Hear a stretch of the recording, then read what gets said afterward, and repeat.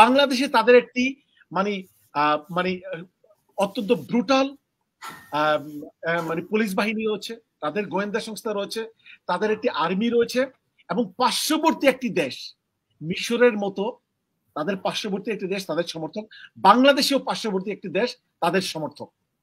তারা এই এই ফ্যাক্টরস গুলো আমলে নিয়ে কিভাবে মানে মিশরের এক্সাম্পলটিকে বাংলাদেশে অ্যাপ্লাই করে দীর্ঘদিন ক্ষমতায় থাকা যায়, মানে এই শিক্ষা তারা গ্রহণ করে নিয়ে এসেছে।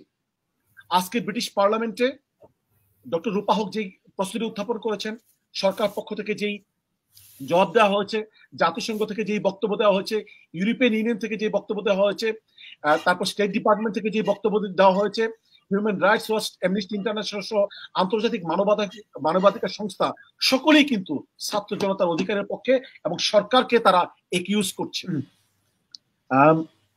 কনফিডেন্ট আপনি যদি সত্যিকার অর্থে জনগণ যেভাবে গণ অভ্যুত্থান পৃথিবীর বিভিন্ন দেশে হয় সেই ক্রাইটেরিয়াগুলো যদি ফুলফিল করে তাহলে তো সফলতা আসবেই, কিন্তু সেই গণ অভ্যুত্থানের ক্রাইটেরিয়া যদি আপনি ফুলফিল না করেন তাহলে তো সফলতা আসবে না।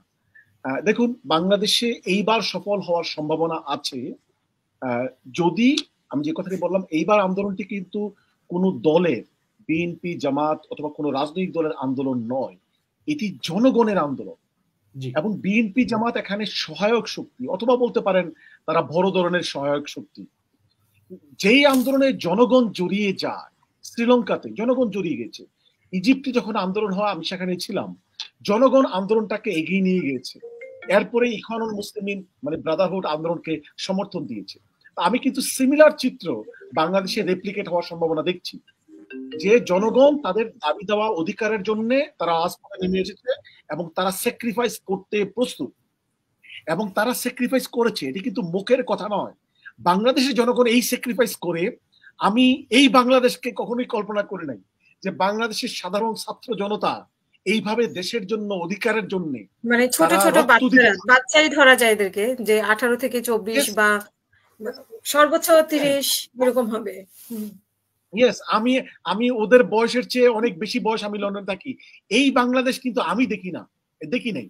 এই এক নতুন সম্ভাবনার বাংলাদেশ, যারা আমি বলবো যে আধুনিক বিশ্বের গণতান্ত্রিক মূল্যবোধ, রীতিনীতি এবং মূল্যবোধকে সম্মান জানিয়ে মূল্যবোধের জন্য কাজ করতে পারে, অধিকারের জন্য কাজ করতে পারে, এই একটা জেনারেশন বাংলাদেশে তৈরি হয়েছে।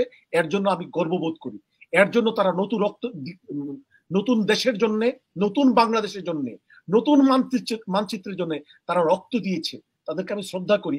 আমি মনে করি তাদের রক্ত বৃথা যাবে না। দেখুন, ইজিপ্টে মানে মিশরে যে গণঅভ্যুত্থানটি হয়েছিল তারা কারা করেছে? Young generation. আমি এই মেসেজটি আপনার মানে আজকের এই প্রোগ্রামের মাধ্যমে, আপনার চ্যানেলের মাধ্যমে দিতে চাই, যে ইজিপ্টের বিপ্লবকে সফল করেছে মানে ইজিপ্টের এই প্রজন্মের ইয়াং মানে ছাত্ররা, অর্থাৎ ইউথরা আন্দোলনের নেতৃত্ব দিয়েছিল, পরে রাজনৈতিক দলগুলো সমর্থন করেছিল। সেই আন্দোলন মানে তৎকালীন সময় যারা ক্ষমতায় গিয়েছিল, আমি একটি প্রাসঙ্গিক ভাবে কেন আমি মিশরের কথাটি বারবার আনছি, সরকারের রাষ্ট্রীয়ভাবে প্রতিনিধি দল ইজিপ্টে সফর করেছে কয়েক বছর পূর্বে, আমি স্পষ্ট করে এটি জানি। এবং তাদের তথাকথিত সিভিল সোসাইটির একটি গ্রুপও কিন্তু ইজিপ্টে সফর করেছিল, মানে ভ্রমণ করেছিল।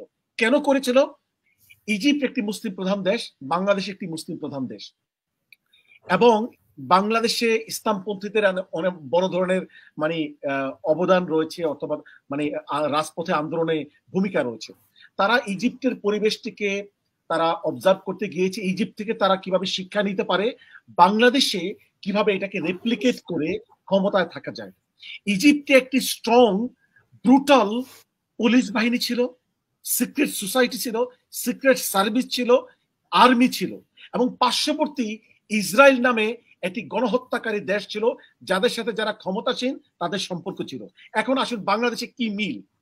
বাংলাদেশে তাদের একটি মানে মানে অত্যন্ত ব্রুটাল মানে পুলিশ বাহিনী রয়েছে, তাদের গোয়েন্দা সংস্থা রয়েছে, তাদের একটি আর্মি রয়েছে, এবং পার্শ্ববর্তী একটি দেশ মিশরের মতো তাদের পার্শ্ববর্তী একটি দেশ তাদের সমর্থক, বাংলাদেশেও পার্শ্ববর্তী একটি দেশ তাদের সমর্থক। তারা এই ফ্যাক্টরস গুলো আমলে নিয়ে কিভাবে মানে মিশরের এক্সাম্পলটিকে বাংলাদেশে অ্যাপ্লাই করে দীর্ঘদিন ক্ষমতায় থাকা যায়, মানে এই শিক্ষা তারা গ্রহণ করে নিয়ে এসেছে। কিন্তু আমি এই মেসেজটি দিতে চাই যে মিশরে কিন্তু তারা ব্যর্থ হয়েছে। তাদের দীর্ঘদিনের লালিত পালিত পুলিশ, আর্মি এবং পার্শ্ববর্তী দেশের সমর্থন সত্ত্বেও ছাত্র জনতা যখন একত্রিত হয়ে রাজপথে নেমে এসেছিল, পরে ইন্টারন্যাশনাল কমিউনিটিও তাদেরকে সমর্থন করেছে। আমি বাংলাদেশের ছাত্র জনতাকে মেসেজ দিতে চাই, ইন্টারন্যাশনাল কমিউনিটিতে যারা আমরা কাজ করি, আপনাদের সাথে আমরা রয়েছি, ইন্টারন্যাশনাল কমিউনিটির মরাল সাপোর্ট আপনারা অলরেডি পেয়ে গিয়েছেন। যদি আপনারা রাজপথে আপনাদের অধিকারের জন্য শক্তিশালী অবস্থান নিতে পারেন, আজকে ব্রিটিশ পার্লামেন্টে ডক্টর রূপা হক যে প্রস্তুতি উত্থাপন করেছেন, সরকার পক্ষ থেকে যেই জবাব দেওয়া হয়েছে, জাতিসংঘ থেকে যেই বক্তব্য দেওয়া হয়েছে, ইউরোপিয়ান ইউনিয়ন থেকে যে বক্তব্য দেওয়া হয়েছে, তারপর স্টেট ডিপার্টমেন্ট থেকে যে বক্তব্য দেওয়া হয়েছে, human rights watch, amnesty international সহ আন্তর্জাতিক মানবাধিকার সংস্থা সকলেই কিন্তু ছাত্র জনতার অধিকারের পক্ষে এবং সরকারকে তারা একিউজ করছে। সুতরাং আন্তর্জাতিক জনমত, ভারত ছাড়া, ইসরায়েল ছাড়া আন্তর্জাতিক জনমত বাংলাদেশের ছাত্র জনতার অধিকারের পক্ষে।